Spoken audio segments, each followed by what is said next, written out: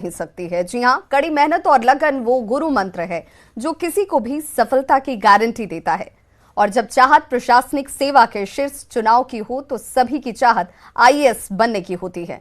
आज शिक्षक दिवस है और हमारे साथ वो गुरु भी मौजूद हैं जिन्होंने कड़ी मेहनत से सफलता हासिल की है और समाज सृजन में महत्वपूर्ण भूमिका अदा कर रहे हैं। तो अगर आप भी आईएएस बनना चाहते हैं तो पूछिए अपने सवाल सिर्फ एक फोन कॉल के जरिए, जहां आपको जवाब देने के लिए अनुभवी और जानकार हमारे साथ मौजूद हैं। नमस्कार, मैं हूं आपके साथ विभा उपाध्याय और आप देख रहे हैं हमारा खास programme hello expert.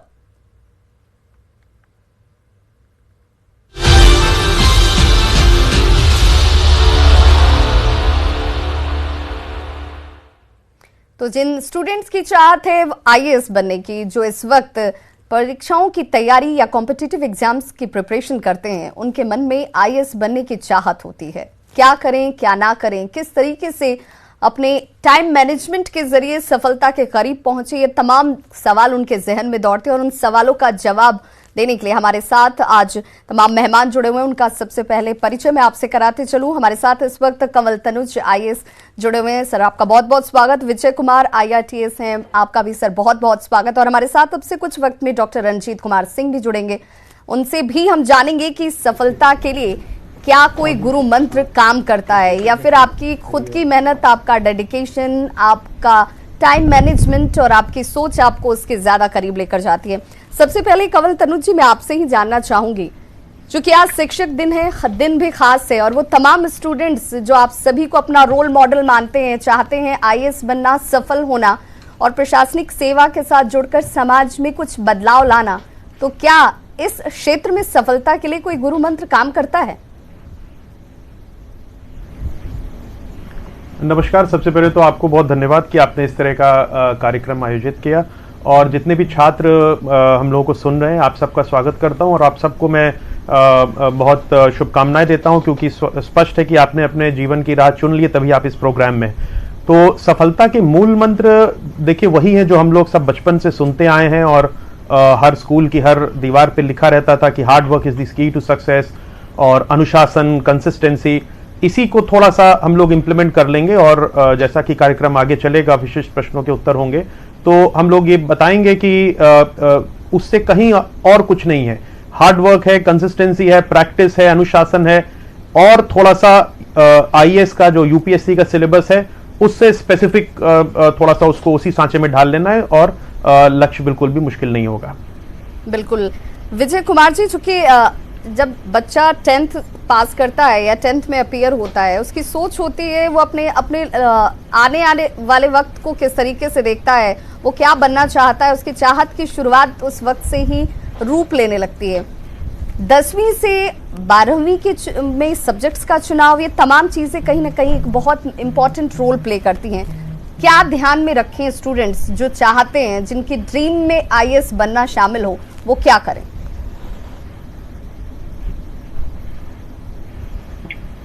Thanks a lot Bina ji and आपके सभी दर्शकों को thanks a lot for listening us and first of all happy teachers day to all my teachers and जो भी हमारे गुरु रहे उनको भी और हमारे साथियों को भी।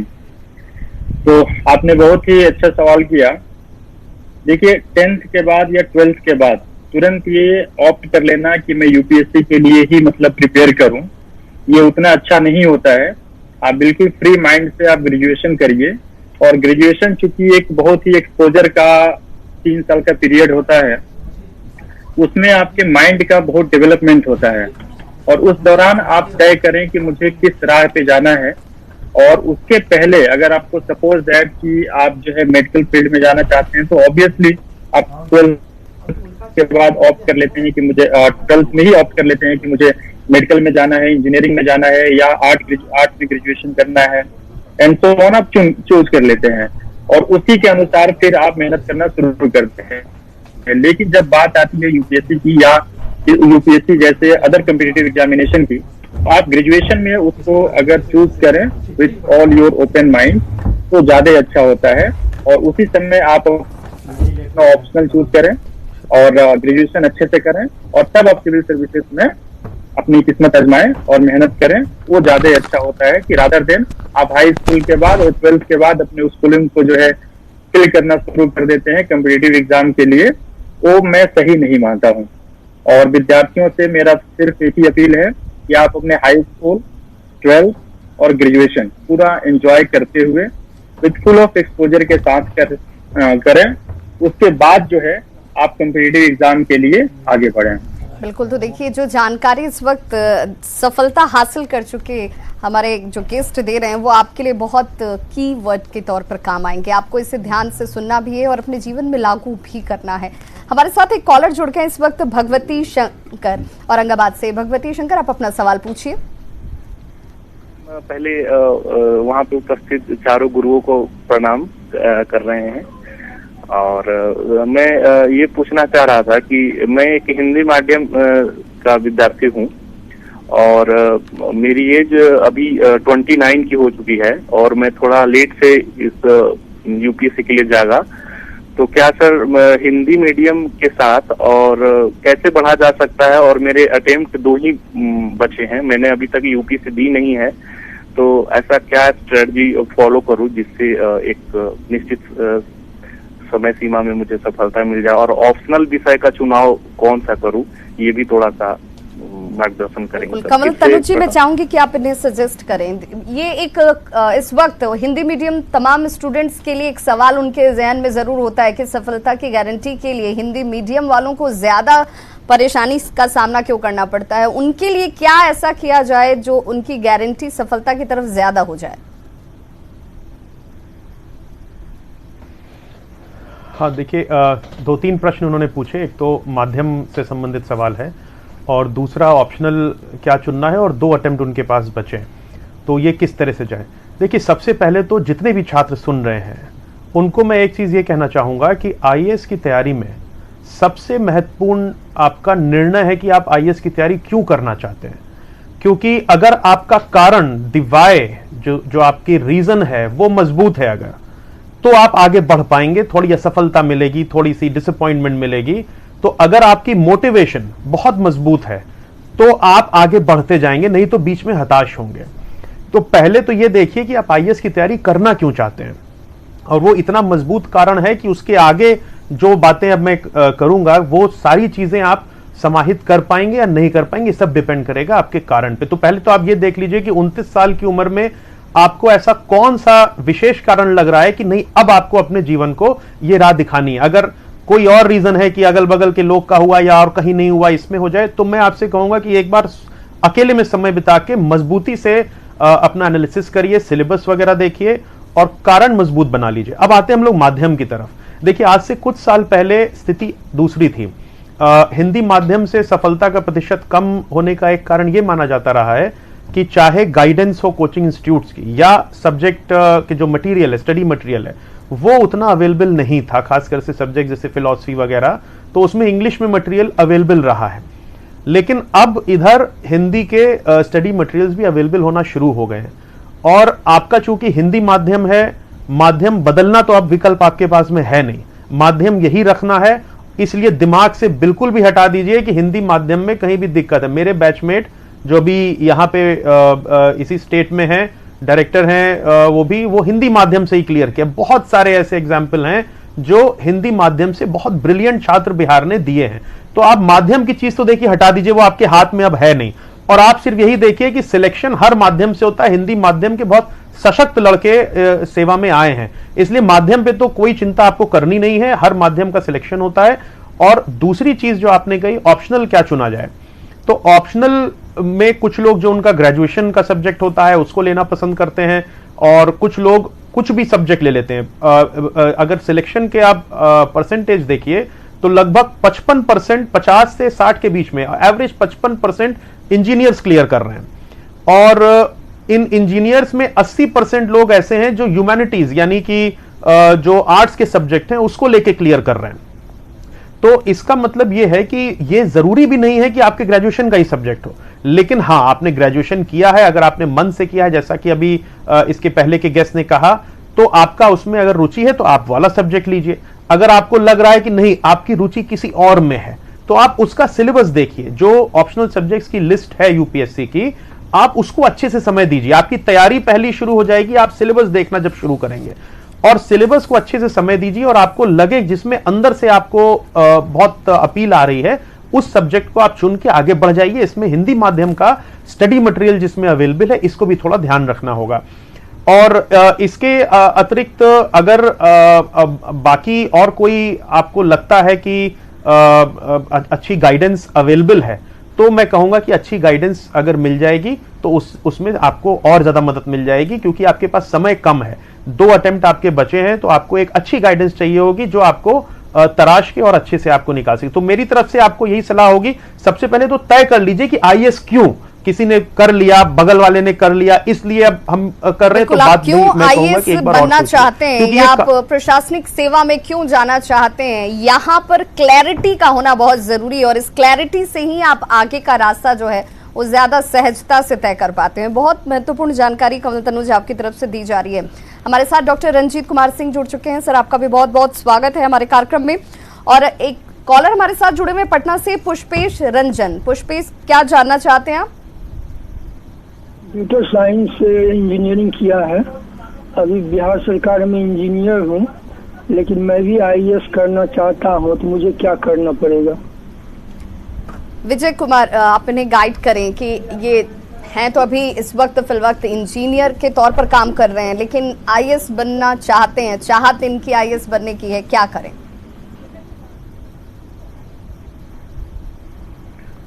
देखिए, बहुत ही सिंपल सी बात है। अगर आप मन बना लिए हैं कि आपको आईएएस बनना है, तो आपको जाहिर सी बात है प्रिपरेशन करना होगा, और उसके लिए आपको जो है पूरे यूपीएससी का जो है सिलेबस जो है सिविल सर्विसेज एग्जाम का वो देखना होगा।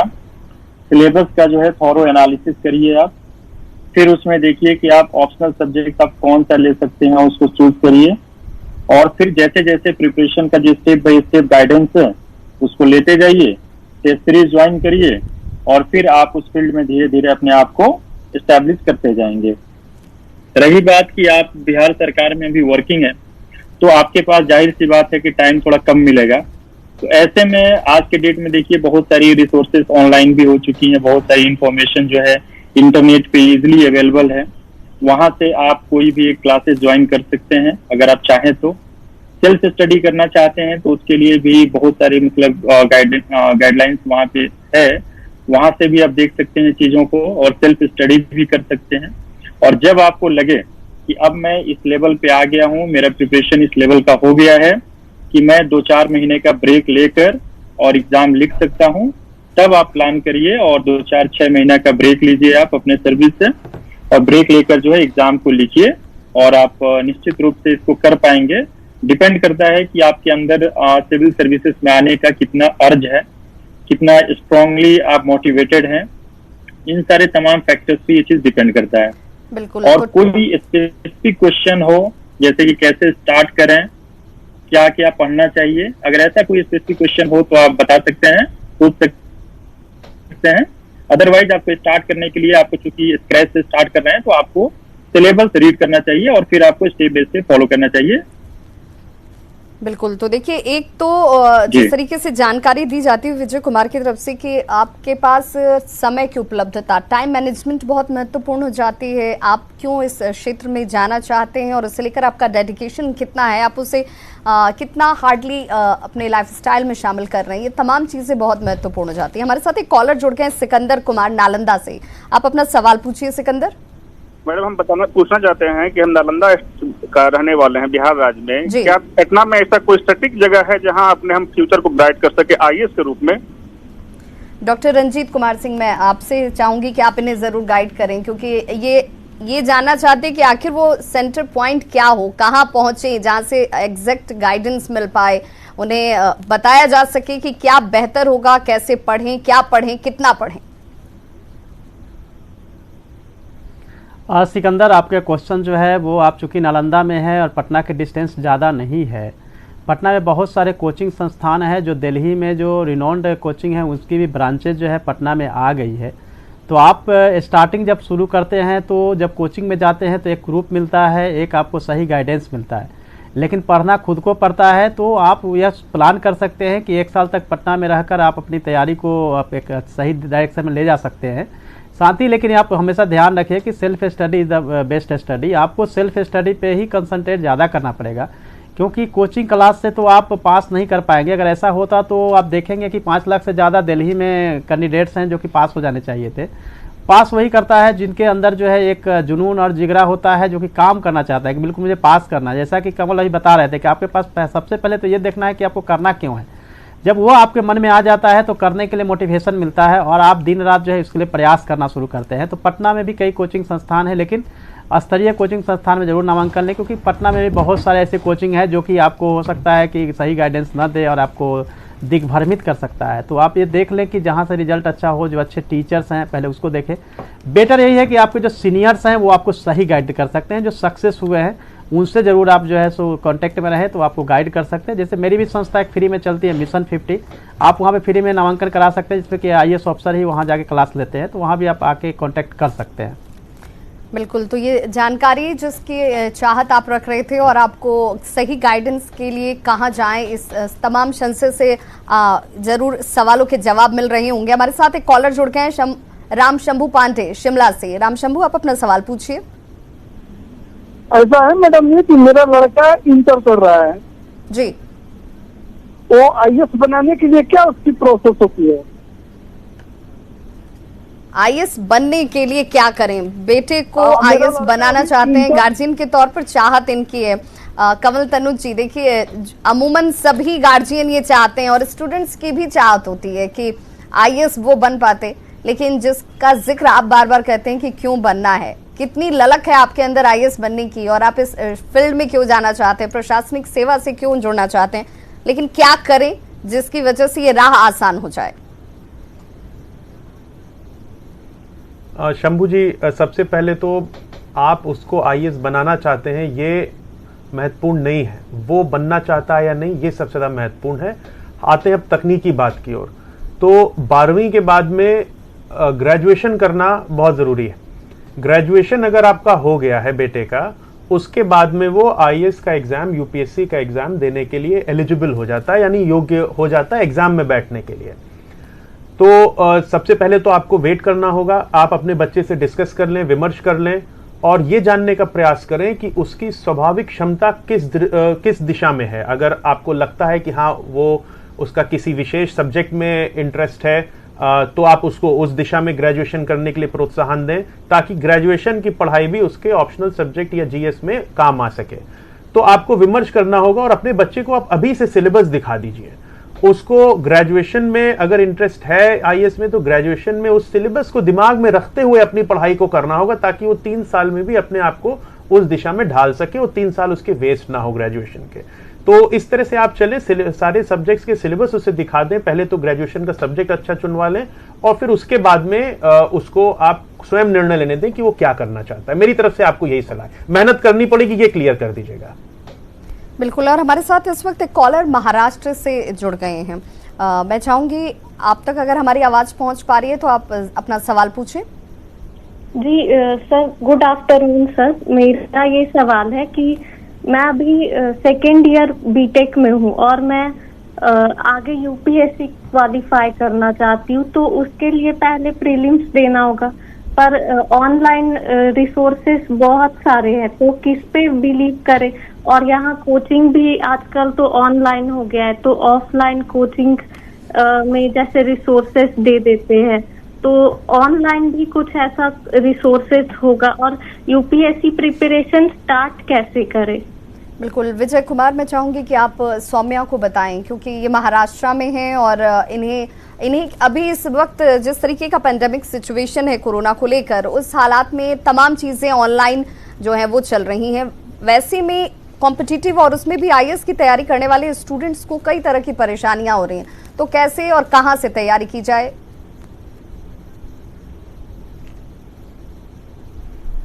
एग्जैक्टली बीना जी। तो सौम्या जी, आप बीटेक 2nd ईयर में हैं और काफी अच्छा टाइम है ये आपको सिविल सर्विसेज के लिए प्रिपरेशन स्टार्ट करने के लिए।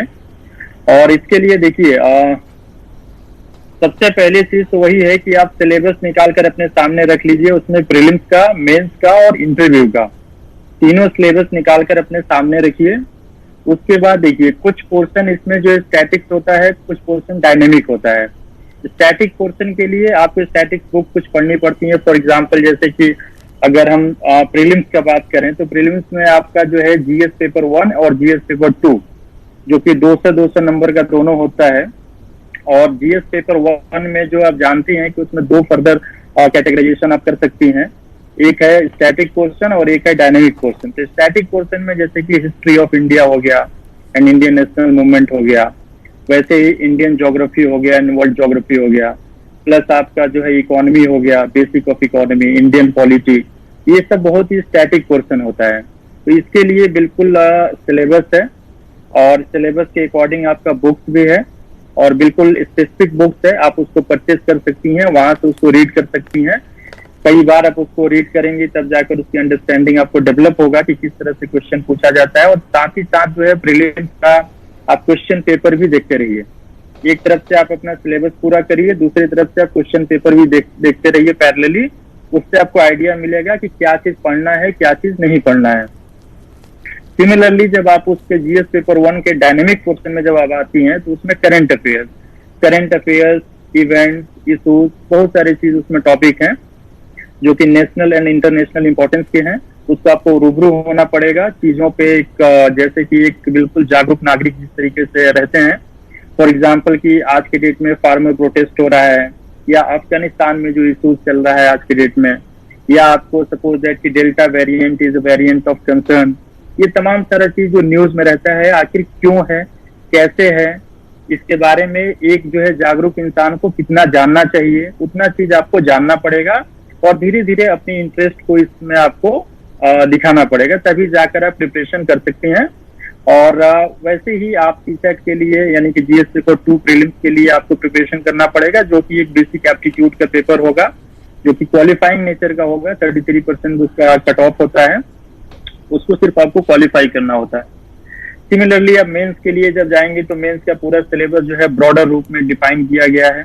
उस सिलेबस में आपको कैसे पढ़ना है, कैसा क्वेश्चन पूछा जाता है, उस क्वेश्चन को आप देखते जाइए और उसी के अनुसार आप पढ़ते जाइए। क्या पढ़ना है, क्या नहीं पढ़ना है, ये टाइम के साथ आपको आएगा। वैसे ही इंटरव्यू के लिए भी आप बिल्कुल मतलब जो प्रीलिम्स और मेंस का जो आपका नॉलेज होगा, प्लस जो आपकी अंडरस्टैंडिंग डेवलप हो चुकी होगी तब तक मेंस लिखते लिखते, वो इंटरव्यू में आपको बहुत हेल्प करेगा। और साथ ही साथ जब आप मॉक्स वगैरह देंगी कई जगह, कई संस्थाओं में, वहां पे आपको फीडबैक मिलेगा और फिर आपका इंटरव्यू वाला भी प्रिपरेशन लगभग ओके हो जाएगा। तो कैसे मतलब आपको स्टार्ट करना है, तो best answer is to look into the syllabus. For example कि अगर हम मुझे कहाँ जाना है तो सबसे पहले तो मुझे एड्रेस पता होना चाहिए ना। अगर एड्रेस मुझे पता है तब मैं पता करूंगा कि किस रास्ते से जाऊं, तो मेरे पास मल्टीपल वेज होगा। तो मल्टीपल वेज में से एक रास्ता मैं चुनूंगा जिसको पकड़ के मैं चलता जाऊंगा और अपने मंजिल तक पहुंच जाऊंगा। तो इन ऑल द कैंडिडेट आपको इन तमाम चीजों को ध्यान में रखना है सौम्य। और देखिए जिस तरीके से बता रहे हैं विजय कुमार की सिलेबस को फॉलो करेंगी आप, अपना डेडिकेशन उसकी तरफ दिखाएंगी, धीरे धीरे आपका इंटरेस्ट जैसे ही उस पर बिल्डअप होता है उसके बाद आपके लिए वो तमाम चीजें जो हैं वो ज्यादा और क्लियर होने लगती हैं। हमारे साथ जमुई से आदर्श आनंद, उन्होंने अपने सवाल रखे हैं, क्या जानना चाहते हैं जरा सुनते हैं। आदर्श आनंद, मेरा सवाल ये है कि घर पे रह के उस तरह से एकाग्रता पूर्ण कैसे तैयारी किया जा सकता है, क्योंकि घर में थोड़ा सा माहौल का दिक्कत हो जाता है। तो सर से यही सवाल है कि सर कृपया इसके बारे में दिशा निर्देश दिया जाए। डॉक्टर रंजीत कुमार, आप घर पे रहकर माहौल का तैयारी पर फर्क पड़ता है, ये सभी मानते हैं, चाहे तैयारी आप किसी भी कॉम्पिटिटिव एग्जाम की कर रहे हो, क्या ये बाधक बनती है? क्या वहां पर आप बेहतर तैयारी कर सकते हैं? विभा जी, सभी तो घर पे रह के पढ़ते हैं जो मैक्सिमम लोग, लेकिन घर में जो गांव का माहौल है, चूँकि वो जमुई में है, तो मैं उनसे यही कहूँगा कि आप जो है जो आपके सीनियर्स होंगे या फ्रेंड जो पटना में रह रहे होंगे या दिल्ली में रह रहे होंगे, उनके कांटेक्ट में रहिए, आप उनसे बातचीत करिए या जो मटेरियल्स है, स्टडी मटेरियल्स है, उसको मंगवाइए। लेकिन घर पे पढ़ते हुए आपकी एक स्टडी रूम होगी जिसमें कि आप स्टडी कर सकते हैं। स्टडी के दरमियान आप ये ज़रूर ध्यान रखें कि आपको एक गैप भी रखना पड़ता है। ज़रूरी नहीं होता है कि 8 घंटा पढ़ना है तो कंटिन्यू आप पढ़िए। 1.5 से 2 घंटे का एक गैप बनाइए, 1.5 से 2 घंटे पढ़ाई करिए, 5 मिनट के लिए घर के बाहर आप घूम सकते हैं, उसके बाद वापस आके फिर से पढ़ सकते हैं। ये इस तरह से आप कंटिन्यूटी बना के कर सकते हैं। यह ज़रूर थोड़ी मुश्किल होती है कि गांव में आपको हो सकता है कि बहुत सारे स्टडी मटेरियल्स या दूसरे जो आपको ज़रूरी चीज़ें हैं, संसाधन वो नहीं मिल सकता है, लेकिन हाँ वहाँ भी रहते हुए चूँकि आप जानते हैं पूरा डिजिटल वर्ल्ड का समय है जिसमें कि आपको मटेरियल्स वगैरह मिल सकता है, बट हाँ वो आपको फुल डेडिकेशन के साथ आपको स्टडी करनी होगी, तभी आप सक्सेस हो पाएंगे। लेकिन सक्सेस होने के लिए बहुत ज़रूरी है कि आपको दूसरे जो आपके फ्रेंड हैं या सीनियर हैं उनके साथ आपको कंटिन्यू कोऑर्डिनेशन बनाना पड़ेगा, क्योंकि आपको गाइडेंस कुछ भी नहीं मिल पाएगा वहाँ पे, क्योंकि आपको एक माहौल नहीं है। लेकिन माहौल जो है खुद से आपको तैयार करना पड़ेगा। मेरी राय होगी कि कोई छोटे या बड़े जो आपको डिस्ट्रिक्ट हेडक्वार्टर है या पटना तक कम से कम आपको आना चाहिए, एक ग्रुप बना के तैयारी करनी होगी, क्योंकि अकेले जो है वो तैयारी करने में आपको एक लंबा समय हो सकता है। आप हो सकता है सक्सेस करें लेकिन आपको 5 साल लग जाए। लेकिन अगर अच्छे माहौल में रहते हैं और जब आपके साथ तैयारी करने वाले एक अच्छे ग्रुप में होते हैं तो सक्सेस आपको 2 साल में मिल सकती है। फ़र्क सिर्फ इतना ही होता है। लेकिन अगर नहीं भी आ पाते हैं तो आप अपने सीनियर्स या फ्रेंड के साथ आप कॉन्टैक्ट में रहिए, स्टडी मटेरियल्स लीजिए और आप जिस भी समय आप पढ़ना चाहते हैं। कई लोग जो है प्रीफर करते हैं कि नाइट में पढ़ते हैं, तो नाइट में आपको कोई डिस्टर्ब नहीं कर सकता। आप नाइट में पढ़ सकते हैं मॉर्निंग के 5 बजे तक, फिर आप सो सकते हैं। बट हाँ, एग्ज़ाम के दरमियान हमेशा ध्यान रखें कि जब भी आपका एग्ज़ाम का शेड्यूल आता है 1 महीना पहले आपको नाइट जो आप पढ़ते हैं नाइट में उसको स्टॉप कर देना चाहिए, क्योंकि इससे क्या होगा, लेजीनेस आएगी और आपका एग्ज़ाम जो है ख़राब हो सकता है। तो ये आपको ध्यान रखना पड़ेगा। गाँव में रहते भी तैयारी, स्पेशली BPSC आप कर सकते हैं, बट UPSC के लिए कहीं ना कहीं आपको शहरों की तरफ रुख करना पड़ेगा। तो आदर्श आनंद, आपने सुना होगा कि डॉक्टर रंजीत क्या गाइड कर रहे हैं और आपको इन बातों को ध्यान रखने की जरूरत है। हमारे साथ एक कॉलर जुड़ गए हैं वैशाली से, विवेक कुमार। विवेक, आप क्या जानना चाहते हैं? मैम, रंजीत सर से मेरा सवाल था। जी सर, मैं गांव में रहता हूं वैशाली में, तो मुझे बेहतर तैयारी के लिए क्या करना पड़ेगा सर? क्योंकि मैं लालगंज थोड़ा सा लोकल पड़ जाता है, तो पटना नहीं रह सकता ना, तो इसके लिए गांव में कुछ तैयारियों के लिए सर से मेरा सवाल है कि क्या क्या करना होगा। बिल्कुल, और आपके सवाल से जुड़ा ही इससे पहले के कॉलर का भी सवाल था। मैं चाहूंगी डॉक्टर रंजीत आप इन्हें गाइड करें। विवेक, अभी आपने सुना होगा जमुई के एक छात्र है जो क्वेश्चन कर रहे थे, और लालगंज से पटना की दूरी अराउंड मेरे ख्याल से जो है वो 25 किलोमीटर के आसपास ही होगी, उससे ज़्यादा तो नहीं है।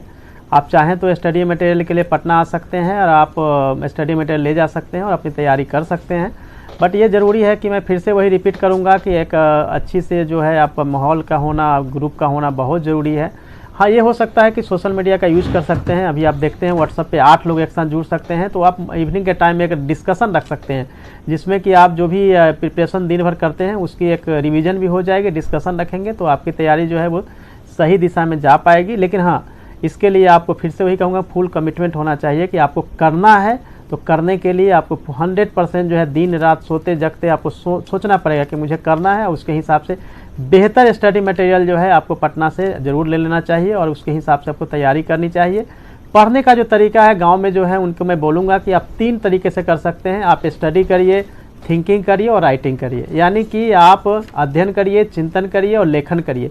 अगर ये तरीके से अगर आप करते हैं तो आप निश्चित रूप से कोई भी कॉम्पिटिटिव एग्जाम की तैयारी आप प्रॉपरली कर पाएंगे। बिल्कुल, तो हमारा सवाल कमल तनुज आपसे है। जो लोग लैंग्वेज पेपर रखकर मेंस देते हैं या देने का काम करते हैं और फिर स्कोर करने के उसके पीछे चांसेस क्या होते हैं? नहीं, लैंग्वेज पेपर तो 2 होते हैं जो कंपलसरी मैंडेटरी हैं। एक इंग्लिश लैंग्वेज है, एक इंडियन लैंग्वेज है। तो इस प्रश्न क्या है, इसको थोड़ा सा क्लियर करना होगा। ये तो मैंडेटरी लैंग्वेज पेपर जिसको कहते हैं वो 2 होते हैं। ऑप्शनल पेपर की बात कर रहे हैं। ऑप्शनल पेपर, यस कमल जी। हाँ, देखिए, ऑप्शनल पेपर एक जमाने में आज से भी ज्यादा इंपॉर्टेंट था जब 2 ऑप्शनल्स होते थे, और अभी भी इंपॉर्टेंट है क्योंकि ऑप्शनल पेपर के अलग से मार्क्स होते हैं। तो ऑप्शनल का चयन मैंने पहले ही बोला था कि हम लोग 2 तरह से कर सकते हैं। एक तो है कि अगर आपका ग्रेजुएशन का सब्जेक्ट सही में आपको इंटरेस्टिंग लगता है और आपका उसमें इंटरेस्ट है, तब तो आपकी आधी से ज्यादा समस्या सॉल्व हो गई। आपको उसी को पढ़ना है और उसको यूपीएससी के सिलेबस के अकॉर्डिंग उसकी तैयारी कर लेनी है तो आपका काम आसान हो जाएगा। दिक्कत क्या है, और खासकर से इंजीनियर्स के साथ में, जैसा मैंने कहा कि इंजीनियर्स 80% ह्यूमैनिटीज का सब्जेक्ट लेते हैं क्योंकि वो ज्यादातर अपने सब्जेक्ट में कंफर्टेबल नहीं है। तो ऐसी स्थिति में आपको सही में ईमानदारी से सारे सिलेबस का एक बार एनालिसिस करना होगा, सारे ऑप्शनल्स का, और जिसमें आपका इंटरेस्ट होगा उसको आपको पहचानना का जो स्टेज है वो बहुत इंपॉर्टेंट है, तो उसको आपको पहचानना हो। अब आते हैं इंपॉर्टेंट पॉइंट पे। कहा जाता है कि ये ऑप्शनल ज्यादा पॉपुलर है, ये ज्यादा पॉपुलर है, तो मैं इसमें एक चीज आपको बताता हूं। आंकड़ों की अगर बात करें तो लगभग जो मेरे पास में एक फिगर है, मैंने एक रिसर्च रिपोर्ट पढ़ी है, 4,500 से 5,000 लोग जो मेंस में जिनकी कॉल आती है वो पब्लिक एडमिनिस्ट्रेशन का लेते हैं जी। उसके बाद में लगभग 3,500 से 4,000 लोग का एवरेज आता है ज्योग्राफी लेने वालों का। हिस्ट्री लगभग 2,000 प्लस रहती है, और आपका ये फिलॉसफी वगैरह 1,000 रहता है, सोशियोलॉजी भी 2,000 है। अब इसके हिसाब से अगर आप पॉपुलैरिटी देखें तो भाई एक मापदंड ये हो सकता है कि ये पॉपुलर सब्जेक्ट है, लेकिन फिर आपका इंटरेस्ट क्या है। हिस्ट्री वाला भी निकालता है, पब्लिक एडमिनिस्ट्रेशन भी निकालता है, दोनों फेल होते हैं। तो यहां पे आपकी अपनी सब्जेक्टिव डिसीजन इसमें काम आएगा। तो इस तरह से आप लोग आगे बढ़ सकते हैं। बिल्कुल। हमारे साथ एक कॉलर जुड़ गए हैं, राजेश कटिहार से। राजेश, आप अपना सवाल पूछिए। मैम, मेरा सवाल कंवल सर से है।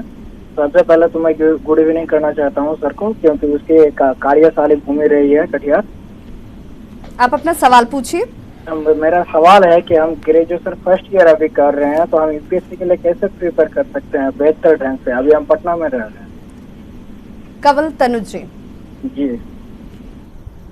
राकेश, गुड इवनिंग और बहुत शुभकामनाएं। आपने तैयारी शुरू कर दी है, ग्रेजुएशन फर्स्ट ईयर है, ये बहुत अच्छे समय पे आपके मस्तिष्क में विचार आया है, क्योंकि अभी आप सही में सही तरीके से तैयारी कर सकते हैं। और दूसरी अच्छी चीज आपने जो बताई, आप पटना में हैं, तो देखिए अब आप जिस भी सब्जेक्ट में ग्रेजुएशन कर रहे हैं, मैं बार बार कह रहा हूं, उसमें अपना देख लो आपकी इंटरेस्ट आपका किस तरह का है, और वो आपकी ऑप्शनल की जो लिस्ट है यूपीएससी की सब्जेक्ट्स की, उसमें वो सब्जेक्ट आता है या नहीं आता है, इसको आप देख लो। अगर वो आता है तो आज से, अभी से ये दिमाग में आप बैठा लो कि आपको अपने ग्रेजुएशन के सिलेबस के साथ ही आपको यूपीएससी के सिलेबस के सांचे में अपनी तैयारी को ढालना होगा, ताकि जब आप ग्रेजुएशन करो तो ना सिर्फ आप ग्रेजुएट होकर निकलो, बल्कि आप यूपीएससी के सांचे में ढल के अपने सब्जेक्ट को बाहर निकाल सको। तो पहले तो सारा सिलेबस अच्छे से देख लो, और एक चीज ध्यान रखना कि क्या पढ़ना है, इससे ज्यादा जरूरी है जानना है क्या नहीं पढ़ना है, क्योंकि जिसका जो सब्जेक्ट होता है उसको लगता है कि अब इसमें सारी चीज पढ़ डालो। नहीं, टारगेट है यार, टारगेट है मछली की आंख को देखना है। जितना सिलेबस है उसमें सबसे अच्छा काम कर देना है, बाकी रिसर्च नहीं करनी। इसको दिमाग में रख के चलो, और अभी से प्रीवियस ईयर्स के क्वेश्चंस देखना शुरू कर दो कि जो पढ़ाई कर रहे हो आप उसमें प्रीवियस ईयर्स के क्वेश्चंस सॉल्व हो रहे हैं नहीं हो रहे हैं, सही दिशा में तैयारी हो रही है नहीं हो रही है, और उस हिसाब से अपनी 3 साल की प्लानिंग करो। टाइम मैनेजमेंट इंपॉर्टेंट होगा, ग्रेजुएशन में क्लास जाते होगे, टाइम मैनेजमेंट करना होगा, कब यूपीएससी के लिए समय अलग से देना है। और जैसा रंजीत सर ने बताया, आपको यहाँ पे स्टडी मटेरियल भी मिल जाएगा, और आपको देखना होगा गाइडेंस कहां पे आपको अच्छी मिल जाए। तो इस तरह से अगर प्लानिंग करके चलोगे और कंसिस्टेंसी रखोगे हार्ड वर्क में, तो मैं समझता हूं आप जरूर अच्छा प्रयास करोगे। बिल्कुल। हमारे साथ नवादा से शिवांजलि ने कुछ सवाल पूछा है। शिवांजलि क्या जानना चाहती हैं तैयारी को लेकर? शिवांजलि का सवाल। मैं क्लास 12th मैथ से पास की हूँ। मैं एक्सपर्ट से पूछना चाहती हूँ कि क्या नवादा में रहकर बिना दूसरे शहर जाए हुए यूपीएससी की तैयारी की जा सकती है? विजय कुमार जी, ये अमूमन ज्यादातर लोगों के सवाल इस तरीके से जुड़े हुए सामने आए हमारे कि वो देहाती इलाकों में हैं, दूर दराज के इलाकों में हैं, लेकिन वो चाहत रखते हैं यूपीएससी क्लियर करने की, वो चाहत रखते हैं आईएएस बनने की। तो फिर क्या गांव में रहकर तैयारी की जा सकती है, और बेहतर तरीके से तैयारी के लिए क्या कुछ किया जाए?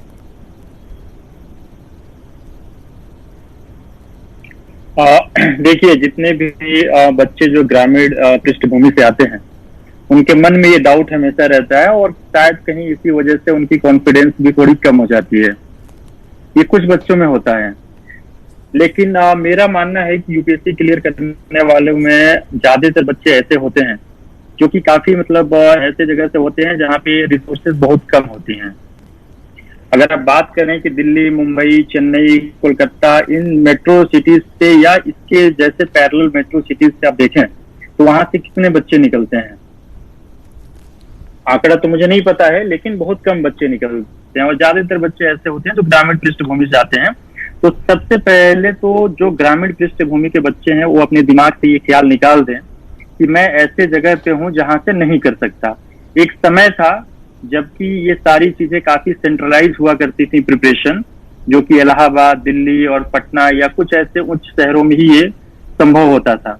लेकिन आज के डेट में जिस तरह से डिजिटल एरा आया है, उस तरह से हर व्यक्ति को एक मोबाइल की, जो बच्चे प्रिपरेशन कर रहे हैं उनको एक मोबाइल की एक्सेस तो जरूर है, उनके पास लैपटॉप है, उनके पास इंटरनेट है, अगर नहीं है तो उनको ये अरेंज करना पड़ेगा।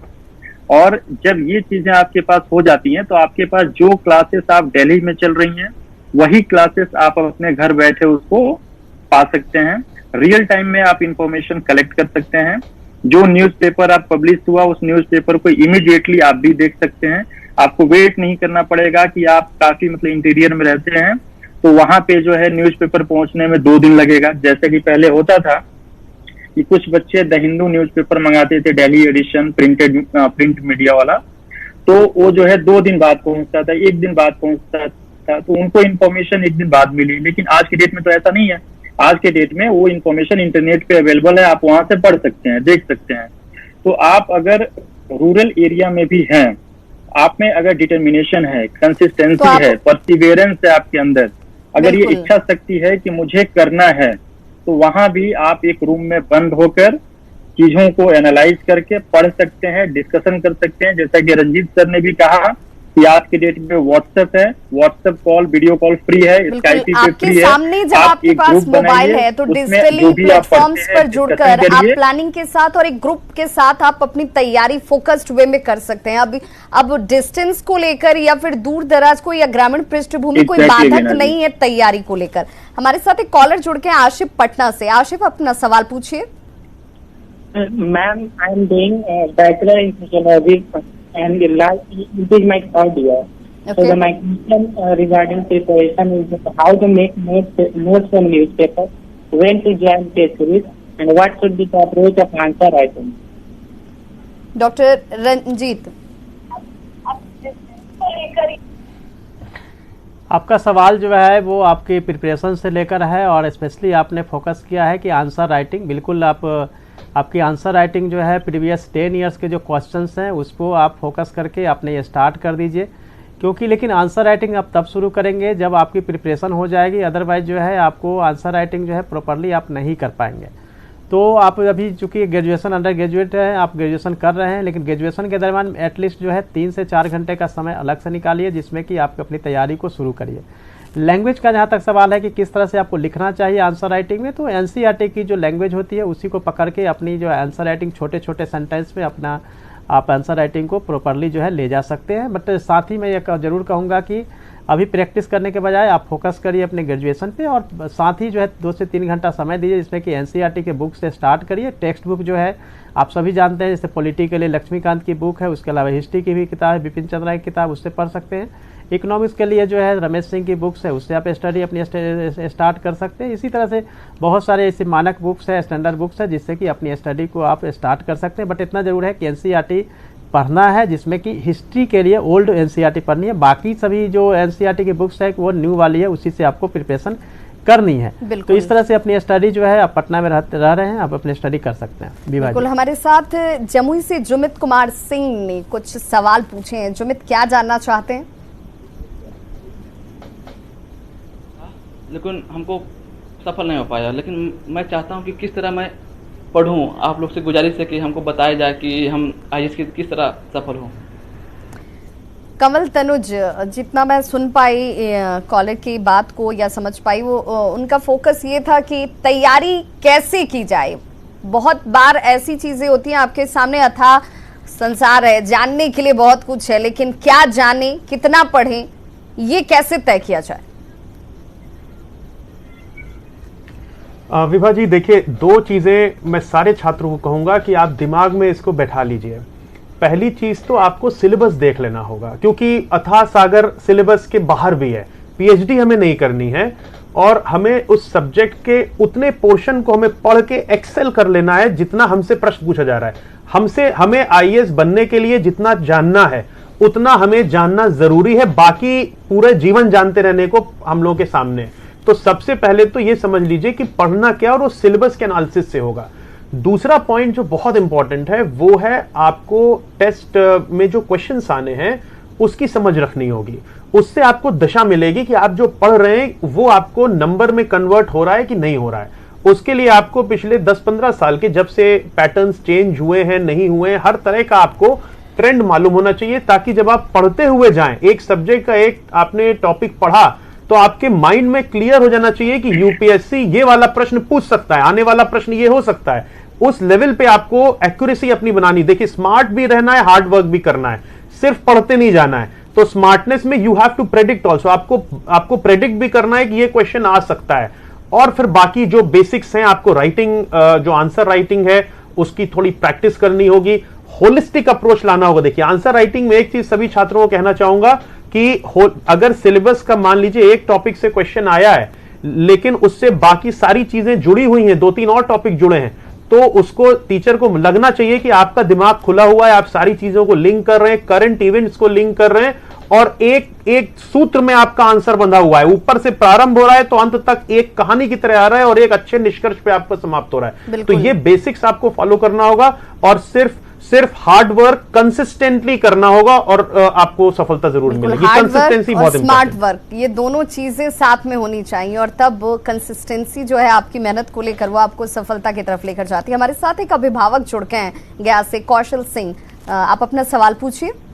जी सर, मेरा सवाल डॉक्टर रंजीत कुमार सिंह से है, इसलिए कि मैं भी पेशे से शिक्षक हूँ और प्रधानाध्यापक के पद पर गया में पदस्थापित हूँ। हमारी बेटी आईटी ब्रांच से फाइनल ईयर में है और उसको मैं आईएएस करवाना चाहता हूँ। उसके लिए कौन कौन सा सब्जेक्ट और क्या करना होगा, थोड़ा सा सर से सलाह लेना चाहता हूँ। डॉक्टर रंजीत कुमार सिंह। कौशल जी, मैं फिर से रिपीट करूंगा कमल तनु जी की ही बातें कि आप चाहते हैं, बच्चे आपके चाह रहे हैं कि नहीं चाह रहे हैं। कौशल जी, सबसे पहले तो आप अपने बच्चों से ही बात करेंगे, क्योंकि अभिभावक को देखा जाता है कि जो उनका ड्रीम रह जाता है वो अपने बच्चों में देखते हैं और उसे करवाना चाहते हैं। तो ज़रूरी है कि बच्चे जो आपके हैं वो भी, चूँकि अब फाइनल ईयर में है आईटी में, तो मैं कौशल जी यही कहूँगा कि अब इतनी भी छोटी नहीं रह गई हैं कि उनको बहुत सारी जानकारियाँ नहीं है। अभी पूरी दुनिया के बारे में उनको अच्छी से जानकारी है। तो सबसे पहले उनको ये देखना पड़ेगा कि वो स्टडी के लिए पूरी तरह तैयार है या नहीं। अगर तैयार है तो पहले जो बुक्स, जो मानक बुक्स है एनसीईआरटी से लेकर जो टेक्स्ट बुक है वो देख ले। और जैसा विजय जी बता रहे थे, सबसे पहले सिलेबस हमें देखना पड़ता है और सिलेबस के साथ हमको आना पड़ता है अपने ऑप्शनल पेपर पे, या फिर मेंस का जो क्वेश्चन है, प्रीलिम्स का जो क्वेश्चन है, एक बार देखना चाहिए। उसके बाद ये डिसाइड कर सकते हैं कि कौन सा ऑप्शन हमें लेना चाहिए या हमें जो है तैयारी का क्या हमारा ढंग होना चाहिए। तो क्वेश्चन बैंक और सिलेबस दोनों को एक साथ लेना चाहिए और एक बार जो है अपनी आप बेटी से बात कर ले। अगर उसके लिए तैयारी करना चाहती हैं तो उनको जो है सही डायरेक्शन में, मेरे जैसे बहुत सारे आईएएस हैं जो गाइड कर सकते हैं। बनना क्या चाहता है, क्या वो उस तरफ फोकस्ड है, क्योंकि मेहनत उसी को करनी है, उसी को अपना डेडिकेशन दिखाना है और उसके बाद उसे सफलता अर्जित करनी है। तो उसकी चाहत क्या है ये जानना अभिभावकों के लिए बहुत जरूरी है। हमारे साथ नवादा से अंजलि कुमारी ने अपने कुछ सवाल रखे हैं। अंजलि, क्या जानना चाहती हैं? 12th मैथ स्ट्रीम से पास की हूँ और मैं सलाहकार से यह पूछना चाहती हूँ कि मैं किस बुक से पढूं ताकि मैं यूपीएससी क्लियर कर सकूं। घर पर रहकर सेल्फ स्टडी करके किस तरह से पढूं ताकि मैं अपने शहर और अपने देश का नाम रोशन कर सकूं। कमल तनुज जी, ये किस स्ट्रीम से इन्होंने 12th बताया विभा जी? मैथ से इन्होंने किया है। चाहती हैं कि सब किस बुक्स का चयन करें, कैसे पढ़ें जिससे सफलता भी मिले और बहुत ज्यादा उसके लिए उन्हें असमंजस वाली स्थिति में न रहना पड़े। चुनाव कौन से सब्जेक्ट का भी किया जाए और सब्जेक्ट के साथ वो कैसे, किस बुक का चुनाव करें?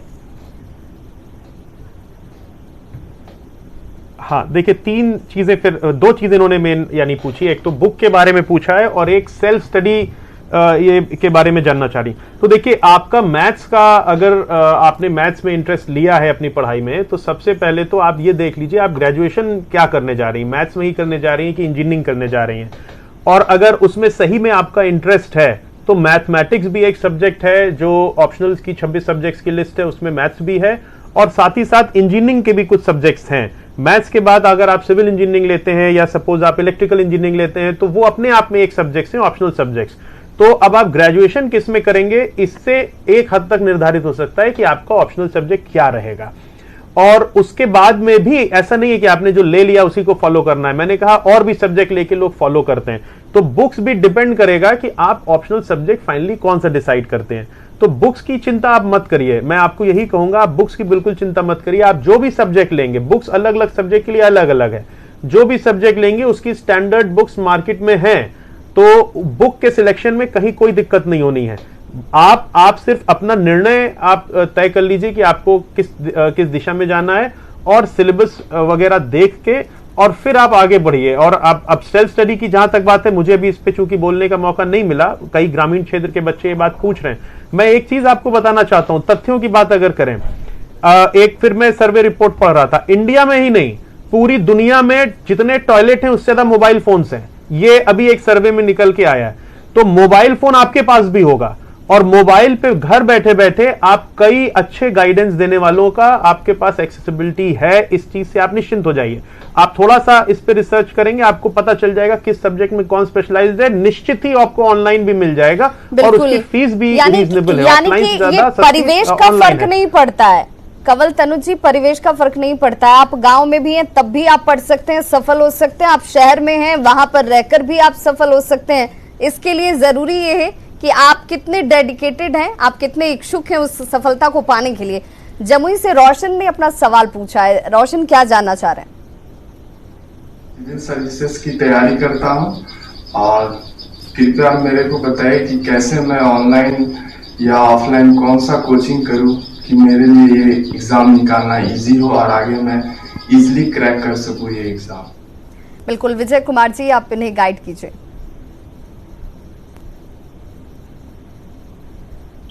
रोशन जी, देखिए ऑनलाइन या ऑफलाइन आपको चूज करना होगा कि आप कौन से मीडियम से जाना चाहते हैं। और अगर आप ऑफलाइन कोचिंग भी कहीं लेते हैं तो भी आप ऑनलाइन का सहारा नहीं छोड़ सकते हैं, तब भी आप ऑनलाइन का सहारा लेंगे ही लेंगे, और बहुत सारी चीजें ऑनलाइन पढ़ते रहेंगे आप। तो अगर आपकी रिसोर्सेस, अगर आपकी थोड़ी बहुत ये सपोर्ट करता है, तो आप ऑब्वियसली ऑफलाइन के लिए जा सकते हैं। ऑफलाइन इज ऑलवेज प्रेफरेबल उन बच्चों के लिए जो ग्रामीण पृष्ठभूमि से आते हैं। तो अगर आप ऑफलाइन ले पाते हैं तो ले लीजिए, और साथ साथ ऑनलाइन का भी जो भी रिसोर्सेज, जैसे कि न्यूज़पेपर का एनालिसिस हो गया या कुछ टेस्ट सीरीज हो गया, ये सब आप ले सकते हैं ऑनलाइन भी। प्लस बहुत सारे वीडियो लेक्चर ऑनलाइन पड़ा रहता है, उसको भी आप एक्सेस कर सकते हैं। लेकिन मैं आपको फिर से बता दूं, आपको और बाकी सारे बच्चों को, कि देखिए चाहे ऑनलाइन आप जितना भी पढ़ लीजिए, कुछ टेक्स्ट बुक हैं, कुछ जो है रेफरेंस बुक्स हैं, वो आपको पढ़ना ही पढ़ना पड़ेगा। और बेहतर होगा कि उसको ऑफलाइन तरीके से ही आप पढ़ें। और आप अगर वहां से निकल सकते हैं तो आकर आप पटना में, दिल्ली में, जहां कहीं भी अपने आप को साल भर, 1.5 साल एस्टैब्लिश करके आप पढ़ सकते हैं। ऑनलाइन और ऑफलाइन दोनों का सामंजस्य जरूरी है। आपकी पढ़ाई में ये दोनों उतनी ही महत्वपूर्ण भूमिका अदा करते हैं, इसलिए आपको दोनों की तरफ ध्यान देने की जरूरत है। शिव कुमार नवादा से कुछ जानना चाहते हैं। शिव कुमार का सवाल क्या है? मैं 12th पास मैथमेटिक्स सब्जेक्ट से किया हूँ, और मैं आगे यूनियन पब्लिक सर्विस कमीशन करना चाहता हूँ। तो मैं एक्सपर्ट से यही पूछना चाह रहा हूँ कि आगे मैं क्या करूँ, और मैं इंस्टीट्यूट ज्वाइन करूँ तो इंस्टीट्यूट ज्वाइन करूँ तो किस शहर की ओर जाऊँ, सेल्फ स्टडी करूँ तो कैसे करूँ, यह मैं एक्सपर्ट से पूछना चाहता हूँ। डॉक्टर रंजीत। मैं यही बोलूँगा शिव को कि देखिए, आपको अपने ही क्वेश्चंस में आपने आंसर दे दिया कि मुझे जो है सेल्फ स्टडी करनी है, इंस्टीट्यूट्स देनी है। तो विजय जी की बात को मैं आगे बढ़ाऊंगा कि देखिए दोनों ही चीज़ें ज़रूरी होती है। अगर स्टार्टिंग आप करते हैं तो आपको एक अच्छे इंस्टीट्यूट्स, अच्छे ग्रुप का होना बहुत ज़रूरी होता है, और सेल्फ स्टडी तो होना ही चाहिए, क्योंकि विदाउट सेल्फ स्टडी आप कुछ नहीं कर सकते। कोचिंग क्लासेज आपको पुश करके आपको IAS नहीं बनवा सकता है। आपको अपने घर में कम से कम 8 से 10 घंटा पढ़ना पड़ेगा, तभी आप जो है आप सक्सेस हो सकते हैं। एक डायरेक्शन हो सकता है, गाइड हो सकता है। तो इसके लिए ज़रूरी है कि आपको सेल्फ स्टडी पे फोकस तो करनी ही है। साथ में चूँकि अगर ऑनलाइन क्लासेज के बारे में भी बताए थे कमल जी, तो उसके ही माध्यम से भी ऑनलाइन भी क्लासेज, ऑनलाइन मटेरियल्स आप एक्सेस कर सकते हैं। और अगर शहरों में आ सकते हैं, पटना या दिल्ली जैसे शहरों में, तो आप वहाँ पे आप ऑफलाइन क्लासेज भी ले सकते हैं। लेकिन चूँकि अभी आपने तैयारी शुरू की है, आप 10+2 में हैं, तो आप सबसे पहले तो ग्रेजुएशन करते हुए एटलीस्ट 3 से 4 घंटे का समय आप निकालिए। डेली जो है आप उसको जो भी पढ़ते हैं उससे छोटा छोटा नोट्स बनाइए। एक पॉकेट डायरी जरूर रखिए, जिसपे कुछ भी याद नहीं होता है तो पॉकेट डायरी में आप नोट डाउन कर सकते हैं, जिसको कि बार बार रिवीजन कर सकते हैं। तो ये कुछ छोटे छोटे चीजें हैं जिसको कि अपनाकर अपनी छोटी छोटी लेकिन बेहद महत्वपूर्ण जानकारियों को आप अपनी तैयारी में शामिल कीजिए और हमारे एक्सपर्ट्स जिन्होंने सफलता हासिल की है उनकी तरफ से दी गई आपके लिए ये गाइडेंस बेहद कारगर आपको साबित होगी। बहुत बहुत शुक्रिया आप सभी एक्सपर्ट्स का महत्वपूर्ण वक्त निकालकर हमारे साथ जुड़ने के लिए। और वो स्टूडेंट्स जो अपने भविष्य को सुनहरा बनाना चाहते हैं, IAS बनना चाहते हैं, सफलता की सीढ़ी चढ़ना चाहते हैं, उनके लिए ये अनुशासन और डेडिकेशन दोनों ही सफलता की गारंटी है। बहुत बहुत शुक्रिया। तो आज के इस कार्यक्रम में बस इतना ही, लेकिन खबरों का सिलसिला लगातार जारी है। आप देखते रहिए न्यूज़ 18 बिहार झारखंड।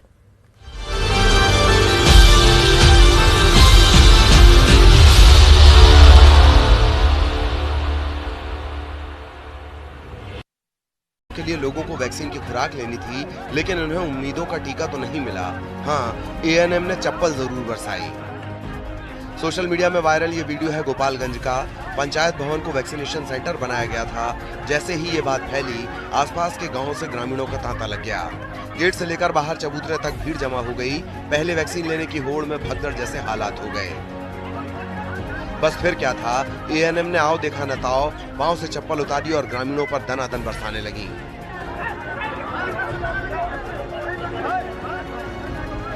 ANM की करतूत से भीड़ का पारा चढ़ गया और आग बबूला ग्रामीण ANM पर टूटने लगे। इसी बीच किसी ने यह तस्वीर कैद कर ली और फिर सोशल मीडिया पर डाल दी। हालांकि आरोपी नर्स की पहचान नहीं हो सकी है।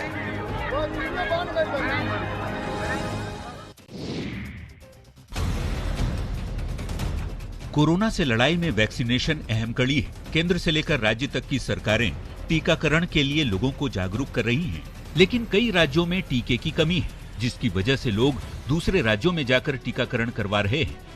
पश्चिम बंगाल से सटे बिहार के सीमांचल जिला कटिहार बंगाल के लोगों के लिए कोरोना वैक्सीनेशन के मामले में वरदान साबित हो रहा है। रोजाना कटिहार के कई केंद्र पर बंगाल के अलग अलग जिले से बड़ी संख्या में लोग वैक्सीन लेने आ रहे हैं। लोगों की संख्या हर रोज बढ़ रही है। कहीं कहीं वैक्सीनेशन के नाम पर बड़े रकम की वसूली के चलते लोग 100 से 150 किलोमीटर की दूरी तय कर कटिहार वैक्सीन के लिए पहुंच रहे हैं। काफी भीड़ है। कुछ आदमी का कहना है कि कुछ पैसा कौड़ी ले रहा है, इसलिए काफी मात्रा में आए हुए हैं। रायगंज, मालदा इस सब पर लोग आए हुए हैं। बंगाल में कोरोना टीकाकरण को लेकर बड़ा फर्जीवाड़ा हो रहा है। कोलकाता के कस्बा इलाके में तो फर्जी कोरोना टीकाकरण शिविर लगने का सनसनीखेज मामला भी सामने आ चुका है।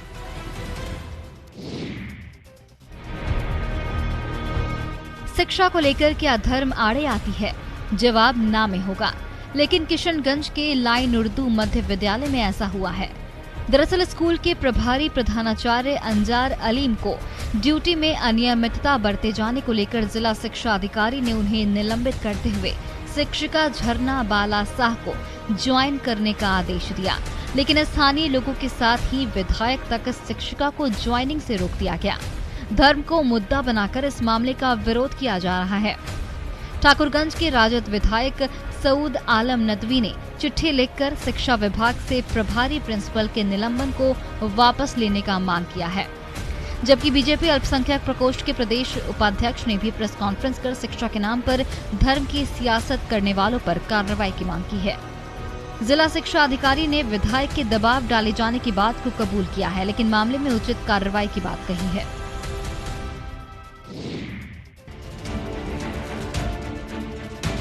बारिश और बाढ़ ने इस बार लंबे समय तक लोगों को परेशान किया है।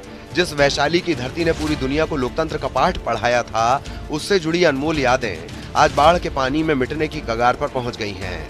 ऐसे में इन धरोहरों की हिफाजत नहीं हुई तो आने वाली पीढ़ियों को शायद पता भी नहीं चलेगा।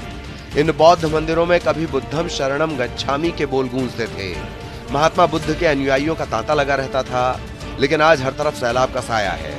क्या मंदिर और क्या संग्रहालय। म्यांमार का मंदिर जलमग्न हो गया है तो ऐतिहासिक धरोहरें बाढ़ के पानी में तैर रही हैं। हर तरफ गंडक नदी की धारा बह रही है।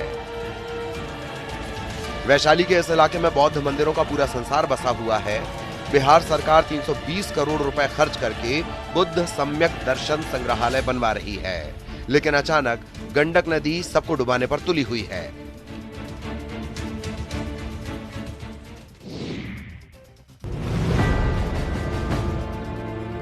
बगहा में न्यूज 18 की खबर का बड़ा असर हुआ है। न्यूज 18 पर खबर चलने के बाद प्रशासन ने रामनगर अंचल अधिकारी के नेतृत्व में आनन फानन में एक टीम का गठन किया है। ये टीम दोन के 2 पंचायतों के 26 गांवों का निरीक्षण कर नुकसान का आकलन करेगी और राहत देगी। न्यूज 18 ने खबर दिखाई थी कि कैसे दोन इलाके के लोग मरीजों को खाट पर लेकर पैदल अस्पताल जाते हैं और करीब 25 किलोमीटर का सफर उन्हें पैदल तय करना